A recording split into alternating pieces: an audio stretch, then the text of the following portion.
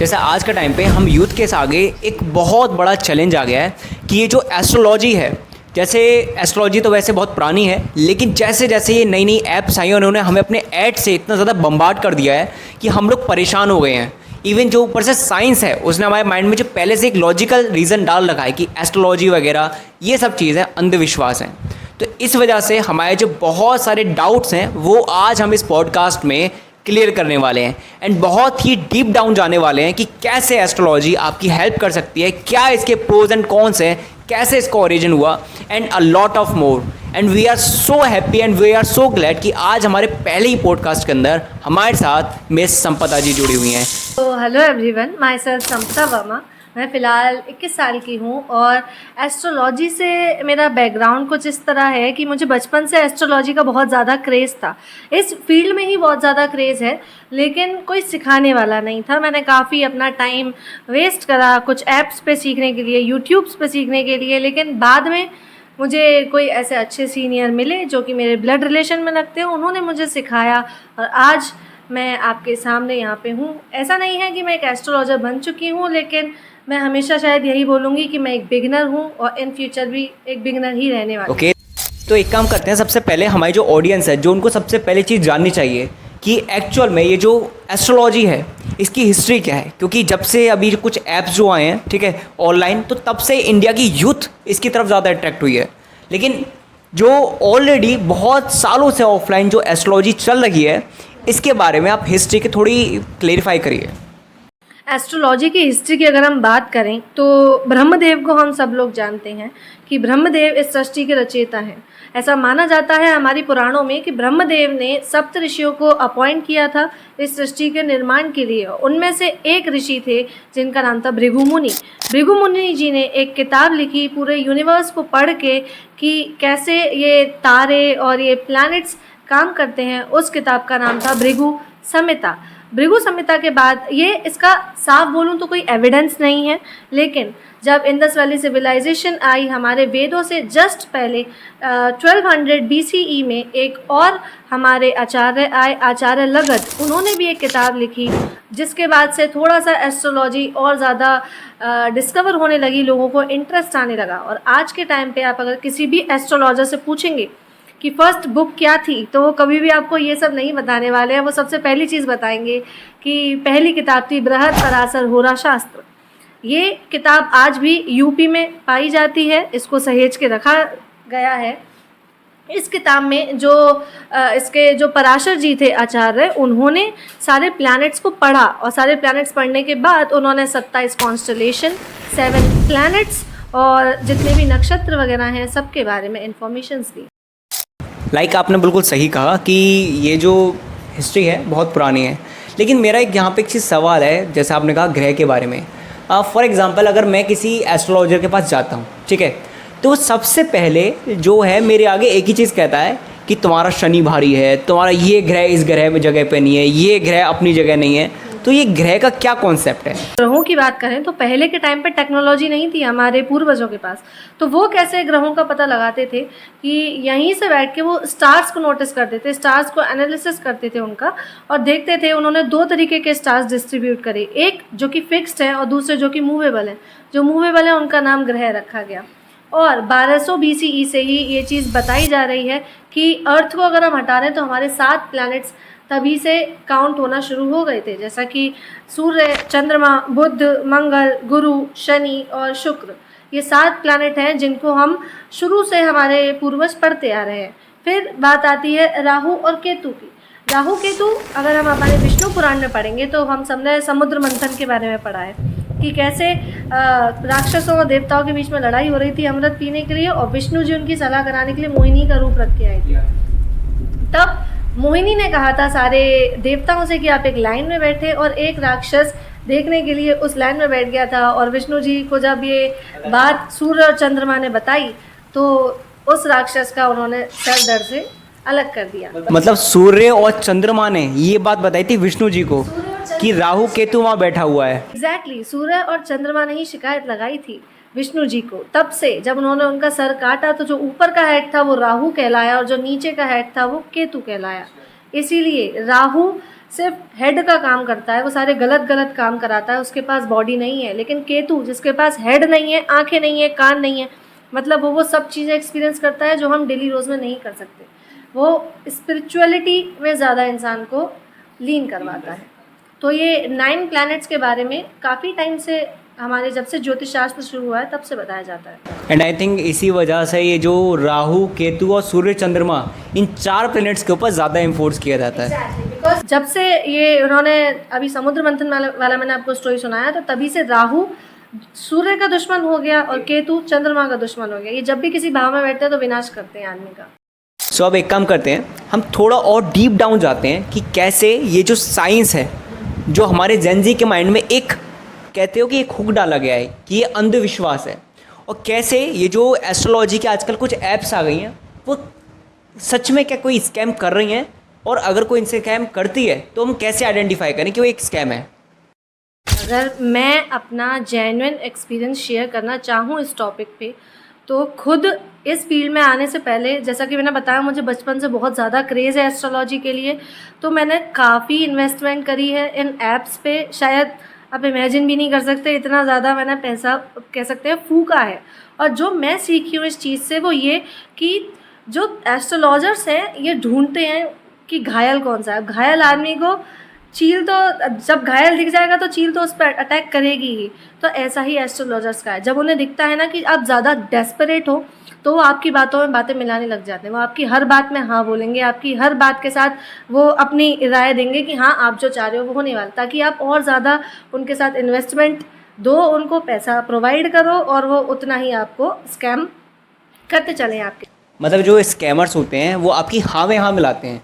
Like for example, like कि मैं मान के चलता हूँ कि मुझको जो है थोड़ी लाइफ में हेल्थ इश्यूज़ हैं, ठीक है, तो सामने वाले को अगर मैं नहीं बताता कि मेरी लाइफ में हेल्थ इशू है, मान के चलिए मैं आपको अपनी कुंडली दिखाता हूँ, ठीक है, and you are astrologer, and आपको मैंने अपनी कुंडली दिखाई, तो आपने मुझसे एक नॉर्मली क्वेश्चन कहा कि क्या आपकी लाइफ में हेल्थ से रिलेटेड इश्यूज़ हैं, एंड मेरे मन में होगा तो मैं हाँ कर दूंगा, एंड वहीं पे आप पेन कर दोगे। Yes, correct.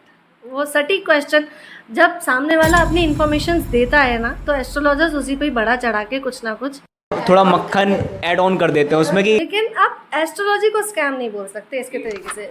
मान लीजिए आपकी तबीयत ख़राब है, आप एक डॉक्टर के पास गए, उसके क्लिनिक में गए, आपको फीवर था, उसने आपको एस्पिरिन देने की बजाय मान लीजिए वैनकोसेमाइन दे दी, तो आपकी और ज़्यादा तबीयत ख़राब हो गई, आपके किडनी में प्रॉब्लम्स हो गए, लंग्स में प्रॉब्लम हो गए, तो अब आप डॉक्टर को स्कैमर बोलेंगे या पूरे मेडिकल साइंस को जाके गालियाँ देंगे? आप डॉक्टर को गलत बोलेंगे। आपने कॉलेज की फ़ीस नहीं दी, कॉलेज वालों ने एग्ज़ाम देने के बाद भी आपको फेल कर दिया, तो आप कॉलेज को गलत बोलेंगे या पूरे एजुकेशन सिस्टम को गालियाँ देते फिरेंगे? नहीं। तो यही सेम चीज़ एस्ट्रोलॉजी की है।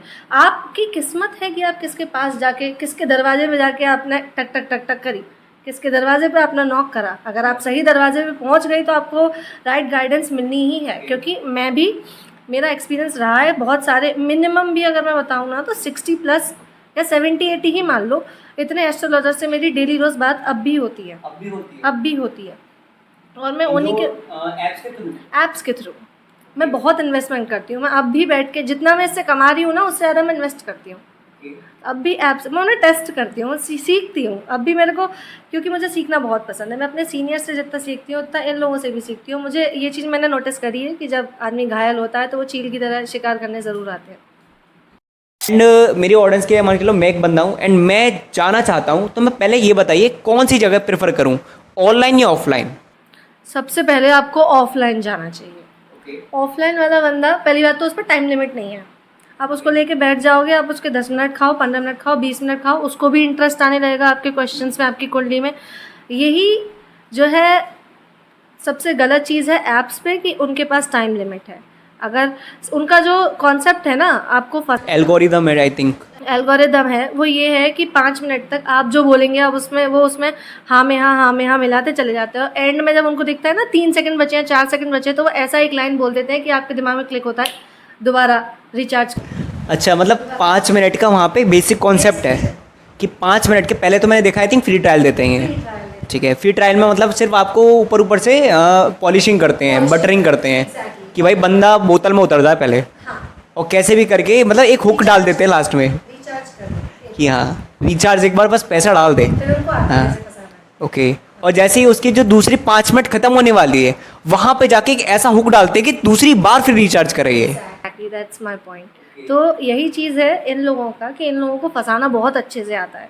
मैं बहुत फंसी हूँ, अब भी फंसती हूँ। एंड एग्जैक्टली मैंने ना कोरा पे कुछ आर्टिकल्स पढ़े लोगों के, वो मतलब दुख इतना जाहिर करते हैं कि मैंने अपने 30-30 मिनट तक इनकी कंसल्टेंसी ली एंड दुनिया एंड लॉट पैसा उन्होंने खर्च किया एंड एट दी एंड उनको रियलाइज़ हुआ कि जो भी उन्होंने एडवाइस ली थी वो बेसिक थी, बहुत बेसिक थी, जो उनको ऑलरेडी पता था वही एडवाइस थी। तो मतलब पहले स्टार्टिंग में जैसे हुक करते थे, ठीक है, हुक से फिर जैसे हुक करने के बाद ना जैसे ही दूसरा रिचार्ज स्टार्ट होता है तो वो बातें बेसिक करते हैं फिर से, एंड जैसे ही तीसरा खत्म होने वाला होता है टाइम फिर से हुक क्रिएट कर देते हैं कि बंदा मतलब मछली फंसे छोड़ो समथिंग लाइक दैट। ये जब मैं अपने ऑर्डर्स एक्सेप्ट करती हूँ 48 आवर्स तक का टाइम लेती हूँ, ऐसा जल्दीबाजी में नहीं, बिकॉज मेरी भी पर्सनल लाइफ है, मैं भी रियल लाइफ में एक एस्पिरेंट हूँ और मैंने इस चीज़ में टाइम वेस्ट किया है, इसलिए मैं नहीं चाहती कि दूसरों का भी टाइम वेस्ट हो या पैसा वेस्ट हो। तो इस वजह से मैं 48 आवर्स तक लेती हूँ, एक दिन में 2 से 3 ही ऑर्डर एक्सेप्ट करती हूँ, तब जाकर उनको असली जो उनका प्रेडिक्शंस है वो उन्हें देती हूँ। कम से कम अगर वो जा ही रहा है तो एवरेज माने तो 30 मिनट्स उसके पास देना चाहिए उसको, कि 30 मिनट्स में पूरा सिर्फ स्पेशली आपका ये एनालाइज करे और सिर्फ डीप डाउन जाके आपकी हर प्रॉब्लम को सुने और एग्जैक्टली जो आपका सॉल्यूशन है वो बताए। हर प्लैनेट को, हर भाव को देखे, उसको एनालाइज करे, हर राशि को देखे, उसके हिसाब से प्रेडिक्शंस। अच्छा, मैंने एक चीज़ और नोटिस करी है, जब हम इन ऐप्स पे जाते हैं, ठीक है, तो आई डोंट थिंक कि ऐप्स पे भी ऐसा कुछ पूजा पाठ का हिसाब होता है कि वो कुछ बताते सॉल्यूशन, लेकिन मैंने ऑफलाइन बहुत देखा है कि जब कोई जाता है ना तो वो ये कहता है कि एक काम करना कि शुक्रवार को गाय का गोबर लेना, उसमें एक पूड़ी गाड़ देना, या फिर एंड बहुत सारे ऐसे उपाय बताते हैं कि रात को 12 बजे उठ के ये दिया जलाना एंड ये धूप बत्ती जलाना, उस दिन जाके मंदिर में ये कपड़े पहनना, वो करना। क्या एक्चुअल में इन रिचुअल्स का मतलब एक हमारे फेथ पे क्या इम्पैक्ट पड़ता है? रिचुअल्स जो हैं वो जिस टाइप के आप बता रहे हो वो बहुत ही आपको एक्सेप्शनल केसेस में दिखेंगे, जो नॉर्मली आपको दिखेगा वो साइंटिफिक सारे ही उपाय वगैरह बताते हैं आपको। लाइक मान लीजिए आपका क्वेश्चन है कि मेरी जॉब नहीं लग रही, मुझे आलस बहुत आता है, मैं मेहनत ही नहीं कर पा रहा हूँ, तो आपको सामने जो ज्योतिषी है वो ज़्यादा एक्सपीरियंस है, वो पता है क्या बताएगा, आप सूर्य नमस्कार करो सुबह सुबह 6 से 8 बजे के बीच में। तो अब जो आप 9 बजे उठते थे, 10 बजे तक रील्स देखते थे, अब आप 6 बजे उठोगे, नहाओगे, जल चढ़ाने जाओगे, आपका माइंड थोड़ा फ्रेश होगा, मेडिटेशन करोगे, और जब हम सुबह जल्दी उठते हैं तो ये साइंटिफिकली है कि हमारा दिमाग थोड़ा एक्स्ट्रा वर्क करता है, तो उसके पीछे भी साइंस है। मान लीजिए पहले के ज़माने में रुद्राभिषेक कराते थे सारे राजा लोग, रुद्राभिषेक कराते थे, दूध से नहाते थे, दही से नहाते थे। तो आजकल के टाइम में भी अगर आप नोटिस करोगे ना तो ये चीज़ करने से आपका वीनस स्ट्रांग होता है। सब साइंस है उसके पीछे, आपके क्वेश्चन पे डिपेंड करता है कि आपको उपाय क्या मिलेगा। आपकी कुंडली पे कभी अब हम आपको उपाय नहीं देते। लाइक एक उपाय हम देते हैं 43 डेज़ का, कि 43 डेज़ तक नंगे पैर मंदिर जाओ, या 43 डेज़ तक कुछ ये करो या वो करो। तो इसका भी एक साइंस है कि जो साइकोलॉजिकल जितने भी हमारे डिपार्टमेंट्स हैं, ऑर्गेनाइजेशंस हैं, उन्होंने भी प्रूव करा है कि 21 से 43 डेज़ तक का टाइम जो होता है उसमें एक नई हैबिट हमारी बनने लग जाती है। तो इसके पीछे भी साइंस है, जो कि सालों से हमारे पूर्वज करते आ रहे हैं, लेकिन अब वो प्रूव कर दिया तो अब हम साइंटिफिक हैं, अब हम लिटरेट हैं, अब हम पढ़े लिखे हैं। मतलब एक तरीके से साइंस ने ना हमें लिटरेट की जगह इलिटरेट ज़्यादा कर दिया है। मेरा पॉइंट ऑफ व्यू यही है, मैं भी एक साइंस। क्योंकि पहले आई थिंक हमारे पास 10 किताबें थी, अब हमारे पास किसी बंदे ने आके ये कह दिया कि 10 किताब मत पढ़ो, ये एक किताब पढ़ो और इस किताब के अंदर जो लिखा है उसी को मानो, बाकी 9 को मानो ही मत। ये सबसे गलत चीज़ है इस यूथ की, कि जो वो मानता है वो तो उसकी सारी रिस्पेक्ट है, लेकिन जिसको वो नहीं मानता उसको वो एग्जिस्टेंस पे ही उसके क्वेश्चन कर देता है कि ये चीज़ है भी कि नहीं है। लाइक बहुत लोग देखे भगवान में नहीं मानेंगे, किसी चीज़ में नहीं मानेंगे, एथीस्ट बन जाते हैं। तो ये भी अब आपके ना मानने से क्या हो रहा है, जिनको फ़ायदा हो रहा है वो तो करेंगे। लाइक जैसे ये जो बताते हैं कि आप ये वाला उपाय करो and X and Y Z उपाय करो, इससे आपकी किस्मत के जो राहु केतु हैं ये ठीक हो जाएंगे एंड सो ऑन बोलते हैं, ठीक है। तो क्या हमारी जो किस्मत है, किस्मत और मेहनत, इन दोनों चीज़ों में थोड़ा क्लेरिफाई करिए। क्योंकि अगर मान के चलिए कोई ऑडियंस है, ठीक है, वो जाके दिखाता है किसी बाबा के पास, ओके, एंड बाबा ने कहा कि बेटा तू एक दिन ना ज़िंदगी में बहुत अमीर बनने वाला है, ठीक है, तो वो इंसान कहे कि नहीं अब बाबा ने तो कह दिया, बाबा की बात पत्थर की लकीर है, तो अब तो भाई क्या करना, अब तो बस बेड पे लेटना और पैसा ही पैसा है। तो इस चीज़ को थोड़ा क्लियर करिए, क्योंकि लोगों के माइंड में गलत कॉन्सेप्ट बन जाता है। देखो, फेथ और मेहनत ये दोनों ऐसे भाई हैं जो हाथ में हाथ डाल के चलते हैं। सिर्फ फेथ से कुछ नहीं हो सकता, सिर्फ मेहनत से कुछ नहीं हो सकता, लेकिन फेथ ज़्यादा इम्पॉर्टेंट है मेहनत से, क्योंकि अगर मेहनत से ही सब कुछ हो जाता, मेहनत से ही सक्सेस मिलती, तो आज एक मज़दूर सबसे बड़ा अंबानी होता, किसी महलों में रह रहा होता। लेकिन फेथ दिलवाती है आपको सारा पैसा, सारा आपको सक्सेस। मान लीजिए कि मैंने आपकी आज कुंडली देखी और कुंडली में मैंने बताया कि आपका सूर्य बहुत अच्छा है, आपको लीडर बनना है, आपको इन फ्यूचर आप लीडर बनोगे। आप ये सोच के बैठ गए मैं तो लीडर बनूंगा, लेकिन क्या मैंने ये बताया कि आप लीडर किस फील्ड में बनोगे? ये चीज़ आपकी मेहनत पे डिपेंड करेगी कि आप कहाँ के लीडर बनोगे। हो सकता है आप घर पे बैठ जाओ, कुछ ना करो, इन फ्यूचर आपको मजदूरी करने पड़े, आप मजदूरों के लीडर बन जाओ, ठेकेदार बन जाओ, क्या पता आप देश के लिए काम करो तो आप फिर देश के लीडर बन जाओ, प्रधानमंत्री बन जाओ, प्रेसिडेंट बन जाओ। तो फेथ इम्पॉर्टेंट है। प्लैनेट्स आपकी 100% फेथ डिसाइड करते हैं, आप किस घर में पैदा हुए हैं, या आपकी मेहनत नहीं थी या आपकी किस्मत थी, आप किस स्कूल में जा रहे हैं या आपकी मेहनत नहीं थी, आपकी किस्मत थी। लेकिन अब उस स्कूल से निकल के आप इन फ्यूचर क्या करने वाले हैं, आप कितना खुद को लीन कर लेंगे अपने सक्सेस में, ये आपका हार्ड वर्क है, ना कि आप। मतलब बेसिकली क्या है कि इसके थ्रू हमें ये तो पता चल जाएगा कि हमें डेस्टिनी क्या होने वाली है, लेकिन रास्ता क्या होगा, किस तरीके से जाओगे, ये आपके हाथ में है, ये आपकी मेहनत के हाथ में है कि आप किस मेहनत करते हो, कितनी मेहनत करते हो, ये है बेसिकली। मैं अगर आपको आज बता दूं आपका एग्ज़ाम क्रैक होने वाला है और आपका एग्ज़ाम देने ही ना जाओ, तो योग तो बन रहे थे उस एग्ज़ाम के होने के, लेकिन आपने फॉर्म तो भर दिया था, आप एग्ज़ाम कभी देने ही नहीं गए, तो फिर ये बात मेरे ऊपर तो आ ही नहीं सकती ना कि मैंने बोला था और आपकी जॉब नहीं लगी। ये सब आपकी हार्ड वर्क पे है। फेथ थी कि आपकी नौकरी लगेगी, लेकिन आपने वर्क नहीं किया, तो फिर वो योग भी खराब हो। क्योंकि मैंने देखा है बहुत सारे लोग क्या करते हैं, उनके साथ बैड रिव्यूज़ वो इसी चीज़ के देते हैं कि मैंने तो भाई दिखाई थी कुंडली, बाबा ने या XYZ इंसान ने मुझसे कहा भी था, लेकिन वैसा हुआ नहीं, मैंने सारे टोटके करे, सारे उपाय करे, लेकिन हुआ नहीं ऐसा। क्योंकि वो क्या करते हैं, मेरे बेसिकली वो फोकस करने लग जाते हैं उन टोटकों के ऊपर कि मैंने ये कर दिया ना, मैंने तो भाई शनिवार को दिया जला दिया सुबह उठ के, अब तो भाई शनिदेव मेरे को पहुंचाएंगे अपने साथ मिलके। तो वो चीज़ आई थिंक यूथ को समझना चाहिए कि एस्ट्रोलॉजी आपका एंड पॉइंट दिखा सकती है, सिर्फ दिखा सकती है, गारंटी भी नहीं है। एस्ट्रोलॉजी पेशेंस मांगती है। पेशेंस मांगती है, लेकिन यूथ को आदत है 5G की, 4G की, कहाँ इनसे पेशेंस हो रहा है। वो रील अगर स्क्रॉल नहीं होगी, तुरंत इंस्टाग्राम बंद करके दोबारा रिफ्रेश करके एरोप्लेन मोड लगाएंगे, दोबारा नया चालू करेंगे। पेशेंस नहीं है कि वो दोबारा खुद चालू हो जाएगी। तो पेशेंस ही सब कुछ है। आप पूजा पाठ भी कर रहे हैं, आप कुछ भी कर रहे हैं, आप एक एग्ज़ाम की तैयारी भी करते हैं, तो आपको 3-4 साल लग जाते हैं वो एग्ज़ाम में। एंड आई थिंक इसी वजह से इन ऐप्स के अंदर सिर्फ 5 मिनट का स्लॉट डाला गया है, क्योंकि लोगों को सिर्फ 5 मिनट के अंदर अपनी पूरी कुंडली को जान लेना है कि मेरी 5 मिनट के अंदर, भले ही वो 1-1 घंटे नेटफ्लिक्स पर मूवी देख लेगा, लेकिन उसको 5 मिनट में जानना है कि भाई मेरा भविष्य क्या होने वाला है, क्या मेरी शादी रेखा से होने वाली है कि नहीं। सही बात है। तो ये इम्पेशेंस ही है जो कि एस्ट्रोलॉजी को अंधविश्वास में ले जाता है लोगों।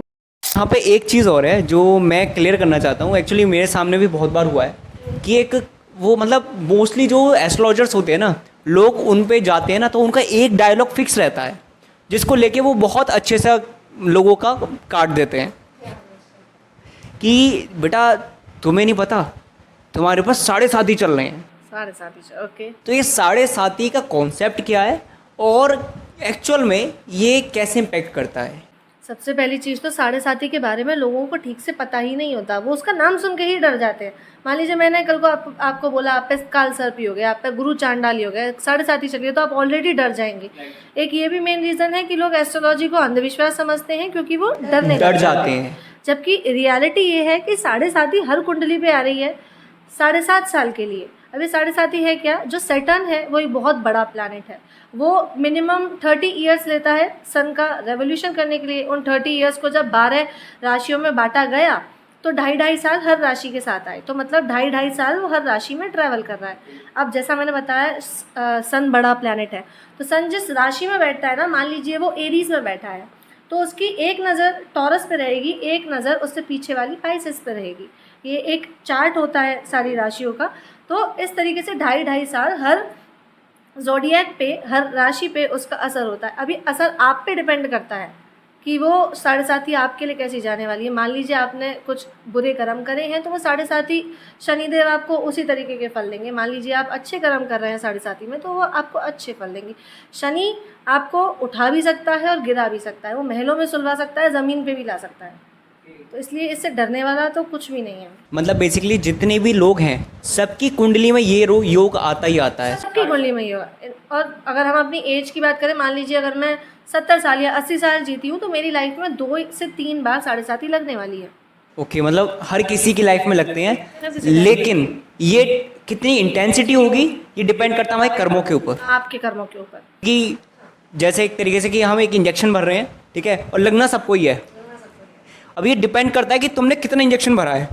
तुमने अगर ज़्यादा भर लिया तो उतना ही ज़्यादा पेन करेगा, और कम भरा है या अगर बिल्कुल नहीं भरा तो चुप के पास निकल जाएगा। एग्जैक्टली इंटेंसिटी की अगर हम बात कर रहे हैं तो मान लीजिए किसी बच्चे पे साढ़े साथी चली तो बच्चे के साथ बुरा से बुरा क्या हो जाएगा कि वो बिस्तर से गिर गया, या फिर इससे बुरा क्या हो जाएगा उसकी लॉलीपॉप ज़मीन पे गिर गई, ये उसकी साढ़े साथी है। अच्छा। लेकिन अगर आप कोई यूथ है या फिर आप कोई एडल्ट है तो आपकी साढ़े साथी क्या होगी, आपकी फैमिली से नहीं बन रही, आपका धंधा छूट गया, आपके धंधे में गिरावट आ गई, आपकी नौकरी छूट गई, आप जो भी चाहते थे वो आपको मिल ही नहीं रहा, तो आपके लिए साढ़े साथी। किसी बुजुर्ग आदमी पे साढ़े साथी लग गई तो उसके बच्चों से छोड़ के चले गए, वृद्धाश्रम में उसकी ज़िंदगी बीत रही है। तो ये साढ़े साथी हर एज पे डिपेंड करती है कि आपके कर्म कैसे थे। इंटेंसिटी उसकी आपके एज पे भी डिपेंड करती है, थोड़े आपके। एंड आई थिंक अब तक बहुत ज़्यादा डीप हो चुका है हमारा कन्वर्जेशन, एंड हम अभी तक हम क्या क्या जान चुके हैं कि हिस्ट्री क्या थी, दूसरी कि साइंस और एस्ट्रोलॉजी कहाँ डिफर है और कहाँ पे अलाइन करते हैं, राइट। एंड कैसे जो ऐप्स हैं आपको ऑफलाइन जाना चाहिए, ऑनलाइन जाना चाहिए, और कैसे आप आइडेंटिफाई कर सकते हो कि विच वन इज़ बेस्ट, कि आप इस XYZ एस्ट्रोलॉजर पर जा रहे हो तो वो आपको कम से कम मिनिमम, पहली बात तो आपको एक्सपीरियंस पता होना चाहिए कि उसका वर्क एक्सपीरियंस कितना है, एंड सेकंड थिंग कि वो बंदा आपको प्रॉपर टाइम दे रहा है कि नहीं दे रहा, राइट। अब एक काम करते हैं, हम पूरे इस पॉडकास्ट को समराइज़ करते हैं और लास्ट में एक क्वेश्चन करते हैं जो आई थिंक हमारी ऑडियंस को भी बहुत अच्छा लगेगा, क्योंकि मैं जानता हूँ कि हम इस दुनिया के अंदर बहुत चीटी बराबर हैं, है कि नहीं है। ये जो यूनिवर्स है इसमें जो प्लैनेट्स हैं, इससे कोई इंटरेस्टिंग चीज़ आप जो हमारी ऑडियंस को बताना चाहो। इंटरेस्टिंग से अगर हम बात करें प्लैनेट्स के बारे में तो कुछ प्लैनेट्स हैं जो कि बहुत ज़्यादा मिस्टीरियस हैं, जिनके बारे में बहुत लोगों को नहीं पता होता है। लाइक मंगल, मार्स बहुत ज़्यादा पावरफुल प्लैनेट है, ये हमेशा गर्म रहता है, ये ऊर्जा को दिखाता है, ये एनर्जी दिखाता है। तो एक चीज़ ये है कि मंगल कुंडली में जिस भाव में बैठ जाता है ना, उस भाव में आपकी सारी एनर्जी लग जाती है। लाइक मान लीजिए आपका मंगल पहले भाव में है, यानी कि आपके अपने भाव में है, तो इसका मतलब आपकी सारी एनर्जी अपने अंदर जा रही है। आप खुद को ठीक करने में, आप खुद की जिम वगैरह करने में, खुद की बॉडी बनाने में, खुद की फैमिली क्रिएट करने में ज़्यादा अपना एनर्जी वेस्ट करने वाले, वेस्ट या इन्वेस्ट कुछ भी, मतलब बेसिकली बॉडी बिल्डर्स के लिए, जैसे मेरा मंगल मेरे लगन में है तो मेरा ज़्यादातर फोकस रहता है मैं खुद को कैसे सक्सेसफुल करूँ। मतलब बेसिकली अपनी एनर्जी अपने ऊपर इन्वेस्ट करना, मेरी पावर कैसे बढ़े, ये मेरी कुंडली के बारे में। गुरु अगर जुपिटर की हम बात करें, जुपिटर एक ऐसा प्लैनेट है जो बहुत ज्ञान देता है, बहुत ज्ञान लेता है। इसको हमेशा, जैसे कि आपका मैंने बताया था, इसको ज्ञान लेना बहुत ज़्यादा पसंद है, ये आपसे मल्टीटास्किंग कराएगा। एंड 100% आपके साथ भी ऐसा होगा कि आप बहुत सारे फील्ड्स कर रहे होंगे हैंडल, ऐसा नहीं है कि आप एक कर रहे होंगे। तो गुरु की एक खासियत है कि वो जिस भाव में बैठेगा उससे रिलेटेड आपको ज्ञान लेने के लिए मजबूर करेगा, आप उसके लिए उस फील्ड में आप एक्सपर्ट हो जाओगे। और अगर आपका मान लीजिए स्कॉर्पियो असेंडेंट है, या फिर आपका पाइसेस असेंडेंट है, सजिटेरियस असेंडेंट है, या फिर गुरु आपके लगन में बैठा है, तो ऐसे आदमी बहुत अच्छे से टीचर बन सकते हैं। इनका लाइफ टाइम बहुत स्ट्रांग होता है, बहुत लॉन्ग होता है। मून को देख के हमें हमेशा इमोशंस समझ आते हैं। तो मून जिस फील्ड में बैठता है, जिस भाव में बैठता है, उसके लिए आप इमोशनल हो जाते हो। लाइक आपके अगर मदर के भाव में बैठा है तो आप मदर के लिए इमोशनल हो, अगर वो आपके पैसे के भाव में बैठा है, सेकंड भाव में, तो आप अपने पैसे को लेके रोते रहते होगे। ज़्यादा आ रहा है, हम उससे ज़्यादा अटैच हो जाते हैं जिस पे मून की ग्रह ज़्यादा पड़ती है। एग्जैक्टली सेम चीज़ राहु करता है। राहु जिस फील्ड में बैठेगा उसको आपको इतना ज़्यादा लगाव कर देगा कि आप उससे कभी हटोगे नहीं। जबकि केतु जो उसके जस्ट अपोजिट बैठता है, बिकॉज मैं बताया था वो हेड और टेल है एक तरीके से। अगर राहु फर्स्ट में बैठा है तो उसके जस्ट अपोजिट केतु बैठेगा। तो अगर राहु कर रहा है आपको अटैच, तो केतु कर रहा है आपको डिटैच। तो ये चीज़ बहुत ज़्यादा इंटरेस्टिंग है। सन के बारे में बात करें, सन को पसंद है सेंटर ऑफ अट्रैक्शन होना। सन के आजू बाजू सारे प्लैनेट्स घूमते हैं। तो जिन लोगों का सन बहुत स्ट्रांग होता है उन लोगों को हमेशा आदत होती है वो मिडिल में रहे, उनको लीडर बनना है, वो कभी किसी की सुन नहीं सकते। तो ये सन से रिलेटेड बहुत अच्छी बात है। शुक्र भी बहुत ज़्यादा प्रोमिनेंट प्लैनेट है। वीनस की जो हम बात कर रहे हैं, वीनस लग्जरी लाता है, पैसा लाता है। जिस भाव में बैठेगा उससे आपको पैसा आने लग जाएगा। बैठा हुआ है, सबके में बैठा हुआ है। अच्छा सबके में बैठा हुआ है, सबके बैठा, डिपेंड लेकिन करता है बैठा कहाँ पे है। बैठा कहाँ पे है। जैसे आपका फॉरेन इन्वेस्टमेंट में आपका शुक्र बैठा है तो आपको फॉरेन इन्वेस्टमेंट से पैसा आएगा, लग्जरी आएगी। शुक्र आपकी वाइफ को भी दिखाता है, आपकी वाइफ कैसी आने वाली है ये आपको शुक्र, क्योंकि वो भी आई थिंक पैसा ही मैनेज करेगी आके, वो भी पैसा ही मैनेज करेगी आपका तो आगे। ओके, बुध की बात करें, बुध सबसे छोटा भाई है, ये सबसे प्यारा है, ये बच्चा प्लैनेट है। तो इस टाइप के लोग, जो भी आपको कुछ टाइप ऐसे लोग दिखते होंगे ना जो एज बहुत बड़ी है, बातें बचकानी है, जिनका फेस बहुत बेबी फेस है, आवाज़ बहुत बेबी फेस है, तो उन पे बुध का बहुत असर पड़ता है, उनका बुध बहुत स्ट्रांग होता है। तो ये कुछ इंटरेस्टिंग फैक्ट्स हैं जो कि प्लैनेट्स के लिए हैं। बेसिकली मैंने नोटिस किया कि ये जो प्लैनेट्स का गेम है, जैसे मेरे ख्याल से आई थिंक सबको समझ में नहीं आ रही होंगी बातें। एंड ऑफ कोर्स पहली बार जब मेरे सामने मेरी कुंडली पड़ रही थी एंड मैं अपनी कुंडली लेके आया था ताकि मैं देख सकूं कि हाँ सच में इनको नॉलेज है कि नहीं है। एंड ट्रूली मैं सच में फ़ैन हो गया, क्योंकि इन्होंने 95% से ज़्यादा बातें मेरी सच बताई थी। एंड ये मैं ऑनेस्टली कह रहा हूँ। लेकिन मैंने एक चीज़ नोटिस करी कि जब भी मेरे सामने ऐसे कह रही थी तो मुझे बिल्कुल पल्ले नहीं पड़ रही थी कि क्या कह रही है, कि राहु ऊपर, केतु नीचे, मंगल यहाँ, गुरु वहाँ। एंड मैं कह रहा था ये चेस का गेम चल रहा है।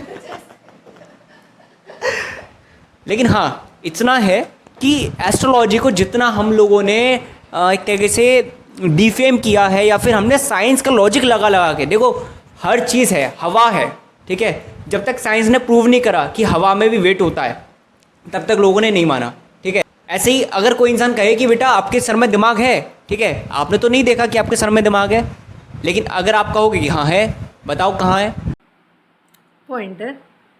तो इसी तरीके से एस्ट्रोलॉजी के अंदर भी अगर आपको सामने वाला बंदा बता रहा है कि आपके साथ ऐसा है कि राहु है, केतु है, भले ही आपने नहीं देखे, लेकिन कहीं ना कहीं ये चीज़ असर करती हैं, एग्जिस्ट करती हैं। एंड आप कभी भी किसी भी एस्ट्रोलॉजर पे जाओ, सबसे पहले उसकी मार्केट में देखो कि क्या उसकी रेपुटेशन है, क्या उसका एक्सपीरियंस है। If I am not, please correct me if I am wrong.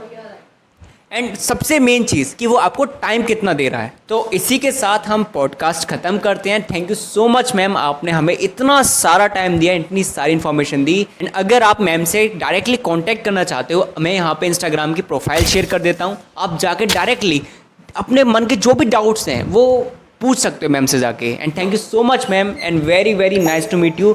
मेरे जो डाउट्स थे एस्ट्रोलॉजी से रिलेटेड वो मेरे क्लियर हो गए, भले किसी के हो ना हो, मैं पूरी तरीके से क्लियर हूँ कि हाँ एस्ट्रोलॉजी में दम है, लेकिन कुछ लोगों ने आके मार्केट में इसकी इमेज गंदी कर दी है बस। राइट, आई होप टाइम के साथ ये चीज़ें ठीक होने लगेंगी। Thank you so much ma'am, most welcome. Radhe Radhe. Yes, I'm on my, I'm so